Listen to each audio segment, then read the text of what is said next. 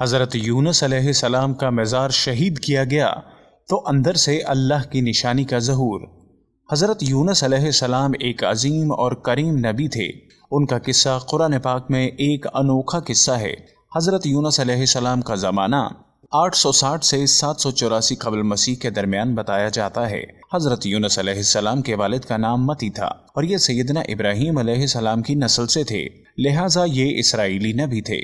حضرت یونس علیہ السلام کا ذکر قرآن کریم کی 6 سورتوں میں ہے: سورہ نساء، سورہ الانعام، سورہ یونس، سورہ صافات، سورہ الانبیاء اور سورہ القلم۔ ان سے پہلی 4 سورتوں میں یونس علیہ السلام کا نام مذکور ہے اور آخری 2 سورتوں میں ذوالنون اور صاحب الحوت یعنی مچھلی والا کہہ کر پکارا گیا ہے۔ اب ہم آپ کو ایک عجیب و غریب واقعے کے بارے میں بتاتے ہیں۔ جب عراق میں داعش نے حضرت یونس علیہ السلام کا مزار شہید کر دیا تو نیچے سے کیا نکلا، دیکھ کر پوری دنیا کی آنکھیں کھلی کی کھلی رہ گئیں۔ جب شدت پسند تنظیم داعش نے 2014 میں عراق کے شہر موصل پر قبضہ کیا تو وہاں موجود حضرت یونس علیہ السلام کے مزار کو بھی بم دھماکوں سے نقصان پہنچایا۔ اب عراقی فوج کی طرف سے موصل کو داعش کے قبضے سے چھڑانے کے بعد جب ماہرین آثار قدیمہ مزار میں گئے تو عمارت کے نیچے سے ایسی چیز دریافت ہو گئی جس کو دیکھ کر پوری دنیا کی آنکھیں کھلی کی کھلی رہ گئیں۔ میل آن لائن کی رپورٹ کے مطابق مزار کے نیچے 2600 سال قدیم عمارات موجود تھیں جن کے متعلق ماہرین آثار قدیمہ کو اس سے قبل کوئی علم نہیں تھا۔ ان عمارات کے متعلق ماہرین نے خیال ظاہر کیا تھا یہ قدیم بادشاہ اسرحدون کا محل ہے۔ رپورٹ کے مطابق مزار کے نیچے محل کے علاوہ کئی سرنگیں بھی موجود ہیں جن میں سنگ مرمر سے بنی کئی اشیاء برآمد ہوئی ہیں جن میں کئی تختیاں بھی شامل ہیں۔ ان تختیوں پر مختلف عبارات تحریر ہیں۔ ان میں سے ایک پر اسرحدون کو دنیا کا بادشاہ کہا گیا ہے جبکہ باقی تختیوں پر لکھی تحریر سے اس کے خاندان کی تاریخ کا پتہ چلتا ہے۔ یہ تمام اشیاء 672 عیسوی قبل مسیح کی ہیں۔ مزار کے نیچے دریافت ہونے والی عمارتوں کی دیواروں پر نقش و نگار بنے ہوئے ہیں جس سے اس قدیم تہذیب کے طرز تعمیر کا اندازہ ہوتا ہے۔ واضح رہے کہ یہ مزار ابتدائی طور پر 1852 عیسوی میں دریافت ہوا تھا جب موصل کے گورنر نے کھدائی کروائی تھی۔ اس کے بعد 1950 میں عراقی محکمہ آثار قدیمہ نے اس پر تحقیق شروع کی، تاہم وہ آج تک ان زیر زمین عمارتوں اور سرنگوں تک نہیں پہنچ سکا۔ سامعین کرام، جب حضرت یونس علیہ السلام کی عمر مبارک 28 سال تھی تو اللہ تعالیٰ نے انہیں منصب نبوت سے سرفراز کیا۔ ان کو آشوریوں کی ہدایت کے لیے عراق بھیجا۔ یہ کافر اور مشرک لوگ تھے۔ اس قوم کا مرکز اس وقت نینوا تھا جس کے وسیع کھنڈرات آج بھی دریائے دجلہ کے مشرقی کنارے پر آباد موصل شہر کے عین مطابق پائے جاتے ہیں۔ حضرت یونس علیہ السلام نے آشوریوں کو وحدہ لا شریک کی دعوت دی۔ انہوں نے حضرت یونس علیہ السلام کو جھٹلایا اور بتوں کی پرستش کرنے سے انکار کر دیا اور ایسے کفر پر ڈٹے رہے۔ پھر انہوں نے یونس علیہ السلام پر ظلم و ستم شروع کر دیا۔ انہیں دھمکیاں دی گئیں اور دعوت حق کا مذاق اڑایا۔ تب مسلسل یونس علیہ السلام ان کی مخالفت سے متاثر ہو کر قوم سے خفا ہو گئے اور ان کو 3 دن میں آنے والے دردناک عذاب الہی کی بد دعا دی۔ پھر تیسرا دن آنے سے پہلے ہی آدھی رات کو بستی سے نکل گئے۔ دن کے وقت جب عذاب قوم کے شہر پر پہنچ گیا تو انہوں نے حضرت یونس علیہ السلام کو تلاش کیا مگر وہ نہ ملے۔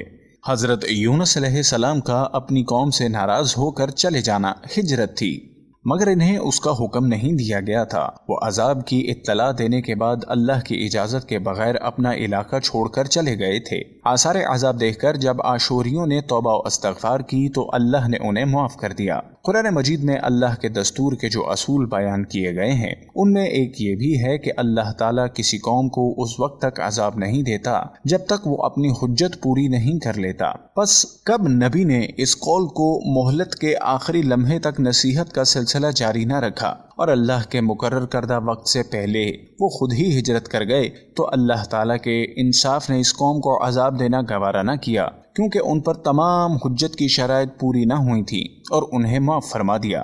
حضرت یونس علیہ السلام فرات کے کنارے پہنچے تو ایک کشتی پر مسافروں کو بھرا ہوا پایا۔ حضرت یونس علیہ السلام کشتی میں سوار ہوئے اور کشتی نے لنگر اٹھایا۔ پورے دن میں کشتی سمندر میں سکون سے چلتی رہی۔ اچانک اونچی اونچی لہریں اٹھنے لگیں۔ لوگوں نے اپنا ساز و سامان سمندر میں پھینک دیا کہ کشتی کا بوجھ کم ہو جائے۔ लेकिन कश्ती का बोझ फिर भी कम न हुआ। जब कश्ती डगमगाने लगी तो कश्ती के गर्क होने का यकीन होने लगा। अहले कश्ती ने अपने अकीदे के मुताबिक कहा, ऐसा मालूम होता है कश्ती में कोई गुलाम अपने आका से भागा हुआ है। जब तक उसको अपनी कश्ती से जुदा न किया जाएगा निजात मुश्किल है। यूनुस अलैहिस्सलाम ने सुना तो उनको तंबीह हुआ कि अल्लाह ताला को मेरा निन्वा से वही का इंतजार किए बगैर इस तरह चले जाना पसंद नहीं आया और ये मेरी आजमाइश के आसार हैं। ये सोचकर उन्होंने अहले कश्ती से फरमाया कि मैं वो गुलाम हूँ जो अपने आका से भागा हुआ हूँ, मुझे कश्ती से बाहर फेंक दो। मगर मुल्लाह और अहले कश्ती उनकी पाकबाजी से इस कदर मुतासिर थे कि उन्होंने ऐसा करने से इनकार कर दिया और आपस में यह तय किया कि कुरानदाजी की जाए। चुनाचे 3 मरतबा कुरानदाजी की गई और तीनों मरतबा कुरानदाजी में हजरत यूनुस अलैहिस्सलाम का नाम निकला। तब मजबूर होकर उन्होंने हजरत यूनुस अलैहिस्सलाम को दरिया में डाल दिया या वो खुद दरिया में कूद गए। उस वक्त खुदा ताला ने मछली को हुक्म दिया, उन्हें निगल लो, ये तुम्हारी गिज़ा नहीं है, इसलिए उनके जिस्म पर कोई तकलीफ नहीं होनी चाहिए। मछली ने यूनुस अलैहिस्सलाम को अपने पेट में निगल लिया। यूनुस अलैहिस्सलाम ने जब मछली के पेट में खुद को जिंदा पाया तो बारगाह इलाही में अपनी निदामत का इजहार किया कि क्यों वो वही इलाही का इंतजार किए बगैर और अल्लाह से इजाजत लिए बगैर उम्मत से नाराज होकर नीनवा से निकल आए। हजरत यूनुस अलैहिस्सलाम ने मछली के पेट में अल्लाह को पुकारा। उन पर 3 अंधेरे इकट्ठे हो गए, रात का अंधेरा, मछली के पेट का अंधेरा, समुंदर का अंधेरा। अगर वो ये तस्बीह ना फरमाते तो कयामत तक मछली के पेट में रहते। आखिरकार वो अंधेरों में पुकार उठे, ला इलाहा इल्ला अंता सुब्हानका इन्नी कुन्तु मिनज़ ज़ालिमीन। इलाही तेरे सिवा कोई माबूद नहीं, तू यकता है, मैं तेरी पाकी बयान करता हूँ। बिलाशुबा मैं अपने नफ्स पर खुद ही जुल्म करने वाला हूँ। जो भी मुसलमान अपनी किसी हाजत में ये दुआ मांगेगा अल्लाह उसकी ये दुआ ज़रूर कबूल करेगा। ये कबूल दुआओं में से एक दुआ है। इब्ने हातम में है कि हजूर सल्लल्लाहु अलैहि वसल्लम फरमाते हैं कि जब यूनुस अलैहिस्सलाम ने यह दुआ की तो ये कलिमात अर्श के गिर्द घूमने लगे।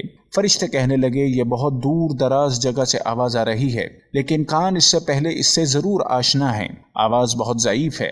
अल्लाह ताला ने हज़रत यूनुस अलैहिस्सलाम की दर्द भरी आवाज़ को सुना तो फरमाया, क्या तुम इस आवाज़ को नहीं पहचानते? उन्होंने कहा, नहीं। फरमाया कि मेरे बंदे यूनुस की आवाज़ है। फरिश्तों ने कहा, वही यूनुस जिसके पाक अमल कबूल शुदा हर रोज़ तेरी तरफ चढ़ते थे और जिसकी दुआएं तेरे पास कबूल थीं।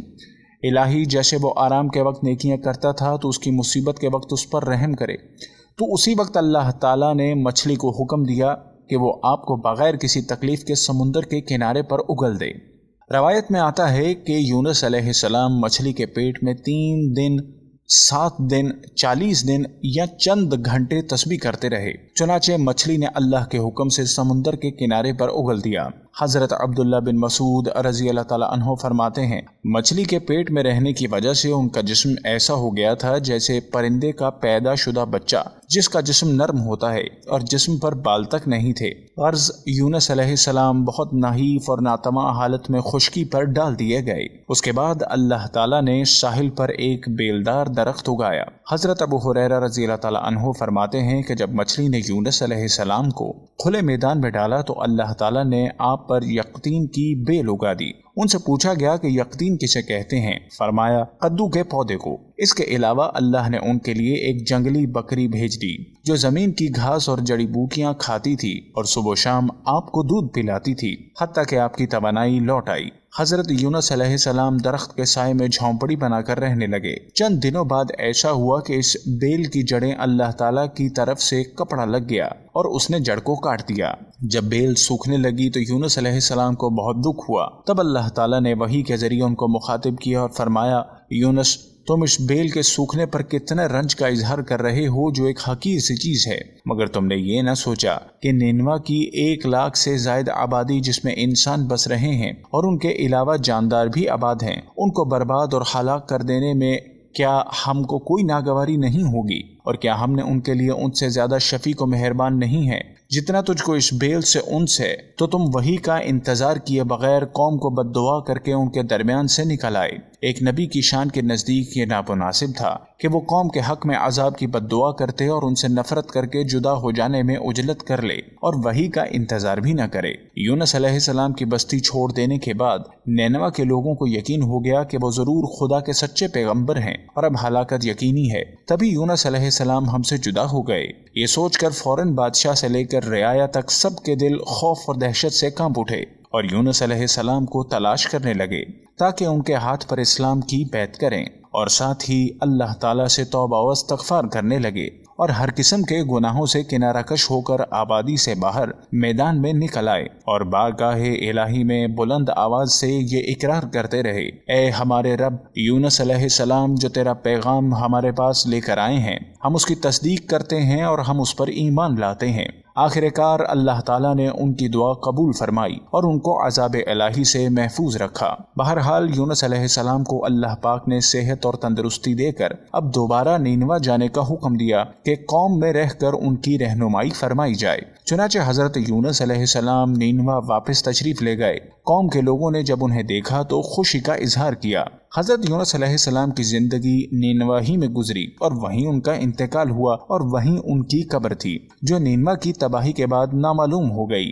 इस किस्से में सबक ये है कि किसी भी हाल में अल्लाह की रहमत से मायूस नहीं होना चाहिए और ना ही हिदायत के मामले पर अपनी ज़ात पर भरोसा करना चाहिए। हिदायत तो बस अल्लाह ही की तरफ से है, आपके ज़िम्मे तो बस पैगाम हक पहुंचाना है। अगर आपको हमारी वीडियो पसंद आ रही है तो बराए मेहरबानी लाइक का बटन प्रेस करना हरगिज मत भूलिए। कमेंट्स के जरिए अपनी कीमती आराह जरूर दें। इसके बाद चैनल को सब्सक्राइब कीजिए और बेल के बटन को दबाना हरगिज मत भूलिए।